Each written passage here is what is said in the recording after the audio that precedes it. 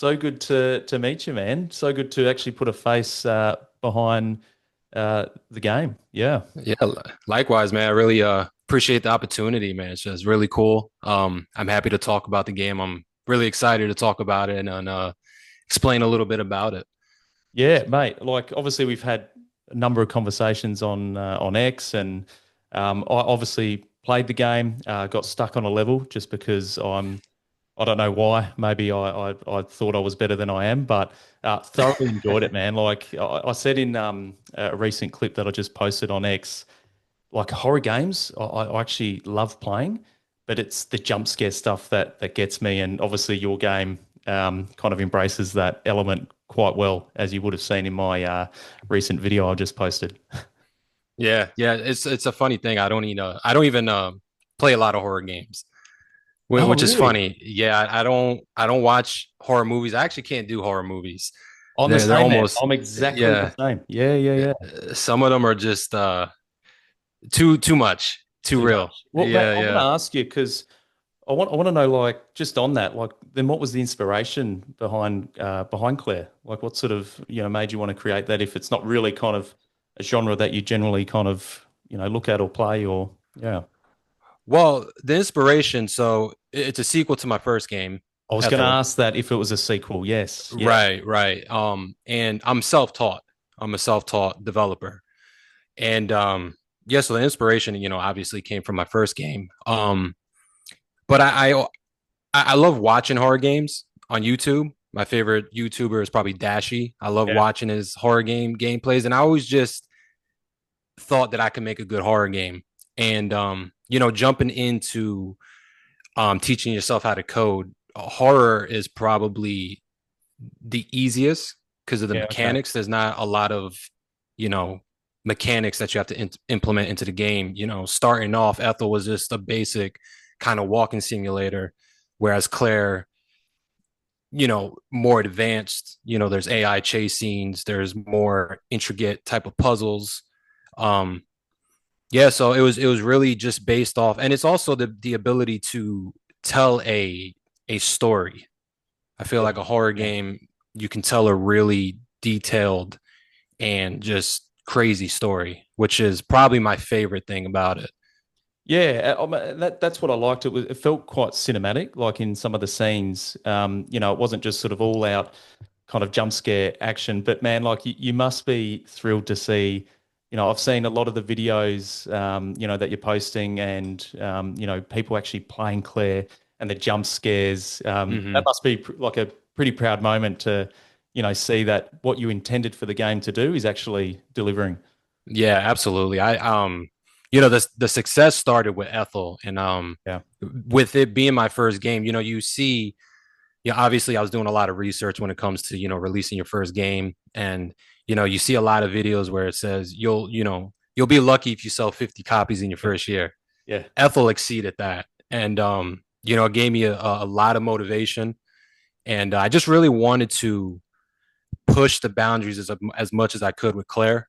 I wanted to make it more cinematic. I knew right off the bat I wanted to give the players something to really, how can I say, really feel tense about, because in Ethel there was no AI chase scenes. You couldn't die essentially. Yeah. So I really wanted to put players on edge in this one, and it's very cool seeing people experience it, and it's doing very well. A lot of big influencers are playing it. It's a definitely a cool feeling for sure. Tony, I reckon, you mentioning putting people on edge. I was on edge just at this starting scene with the phone ringing.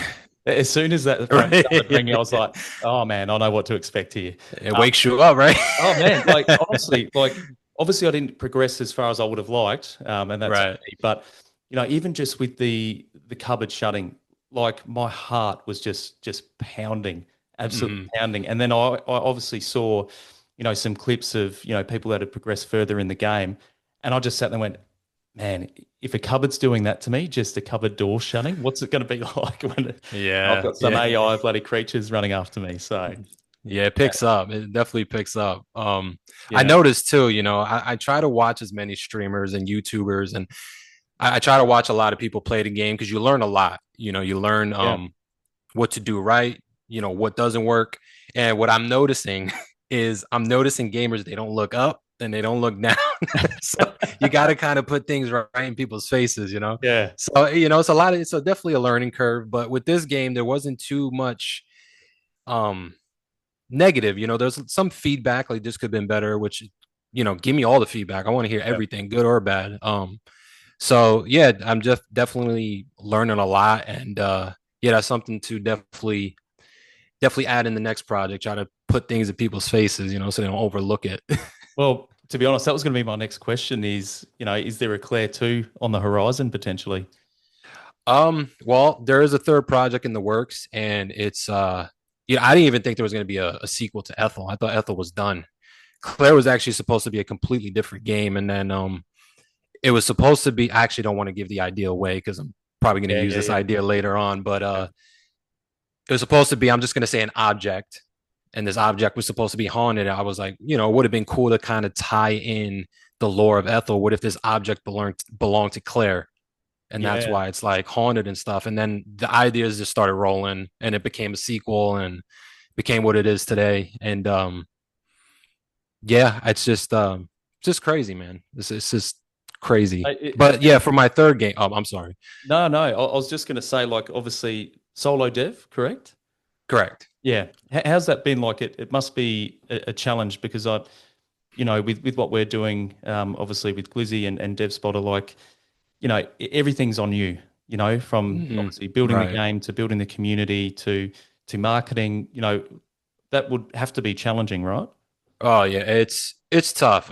It's a little bit easier because I know what I'm doing. Yeah. Essentially, I know a little bit more of what I'm doing, and now I'm starting to build a community. I'm starting to build connections. So in that aspect, it's getting a little bit easier. The promotion is not as tough. Yeah. You know, um, but yeah, creating the game, writing the story, make sure everything makes sense.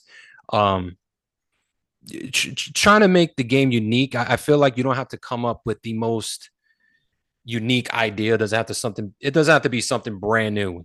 I think what it comes down to is just making a good game, Yeah. making something that people enjoy. And yeah, I mean, it could be tough, but it's very satisfying. It's super enjoyable. Sometimes it can be tough for sure, but it's all worth it in the end. It's something I love doing. So, you kind of just push through it, and you just get it done. And, by the end of it, you have your game, and once it's released, you got all that stress off your Yeah. chest. Yeah. So, but And yeah, to answer your question, it could be tough sometimes for sure. but it's all, the rewarding aspect is surely just seeing, people all around the world playing it, streaming themselves playing it. That must be, a pretty sort of grateful moment for a developer to go, you know what, like there's people really enjoying this game.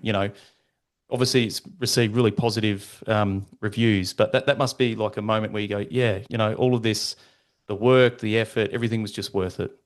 Yeah, it definitely feels, like I said, it's very satisfying, and it definitely feels like I found like my purpose, like my niche. It's a good feeling.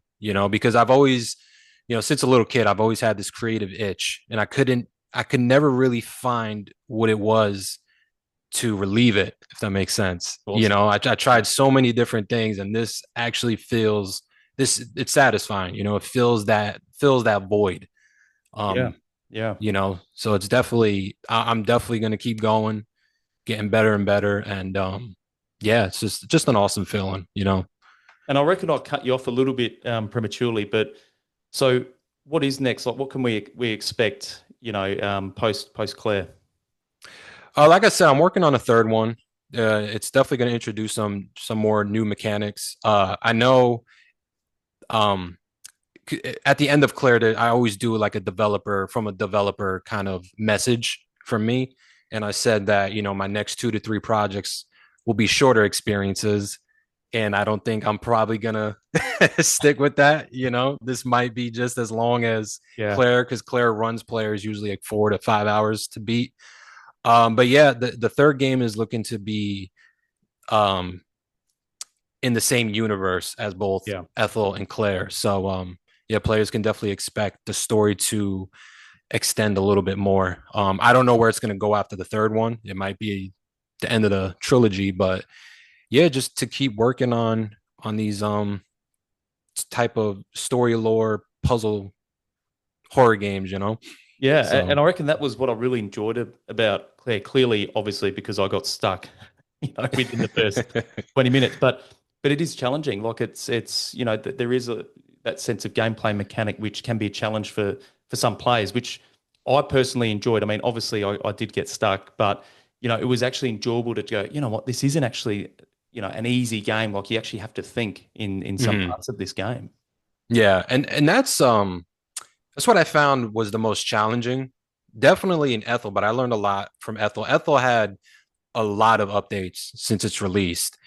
Because like I said, I was brand new, but trying to strike the balance between challenge and um like an enjoyable experience. Like Yeah, obviously you don't want to make it too challenging and players get frustrated and it's just, it just becomes a headache. So definitely trying to figure that out. Is definitely a challenge, but like I said, as long as you're watching the people playing your game, you can kind of start figuring it out and yeah, it for starts sure. to kind of, make sense. Because when you're And creating the game, you think, oh, well, player's gonna figure this out. But every player is different. You see yeah, a for lot of sure. different play styles. So Yeah. yeah, just trying to strike that balance is a challenge. Well, I want to kind of cut to a compilation of some of the jump scares and the psychological warfare because that was for me, like I mentioned at the start, the jump scare stuff is stuff that I just don't do well, but that's part of the reason I actually wanted to play the game. So All right, all before we right. cut to that, I just want to kind of get your thoughts. So anyone who's watching this who haven't played Claire, what can they expect if they were to play it? Oh man. Well, Claire is definitely a very story-rich game.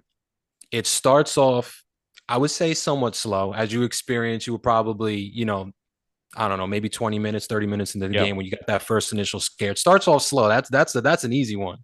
And then it picks up and Yeah. it picks up rapidly. And there's chapters in the game, and each chapter definitely differentiates. It's different from each other. Mm. Not one or two chapters are alike. But yeah, you're definitely in for a very dark, emotional story And that for that sure. is that is one heck of a segue to actually show this compilation. So we're going to show this compilation, and then we're going to come back and wrap up with Tony. All right, sounds good. All right, Claire, Tony Shoulders Games. I've been really pumped to play this. I've been seeing that many videos coming out, the jump scares, and I'm hand on heart just going to be honest here.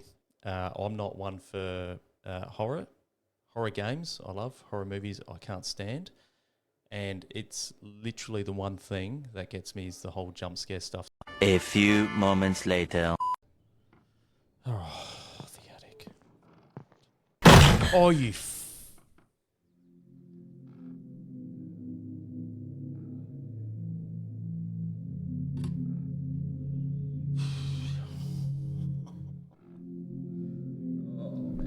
Please chill. I'm just trying to get my car keys, and I'm out your crib. Whoa, whoa, whoa!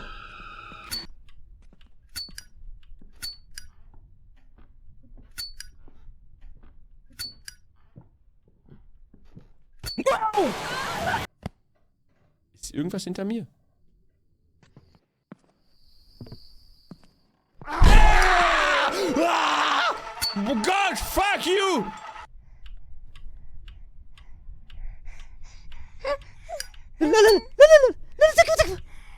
We're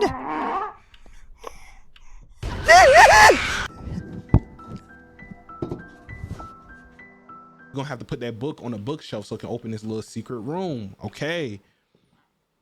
It's all coming together now.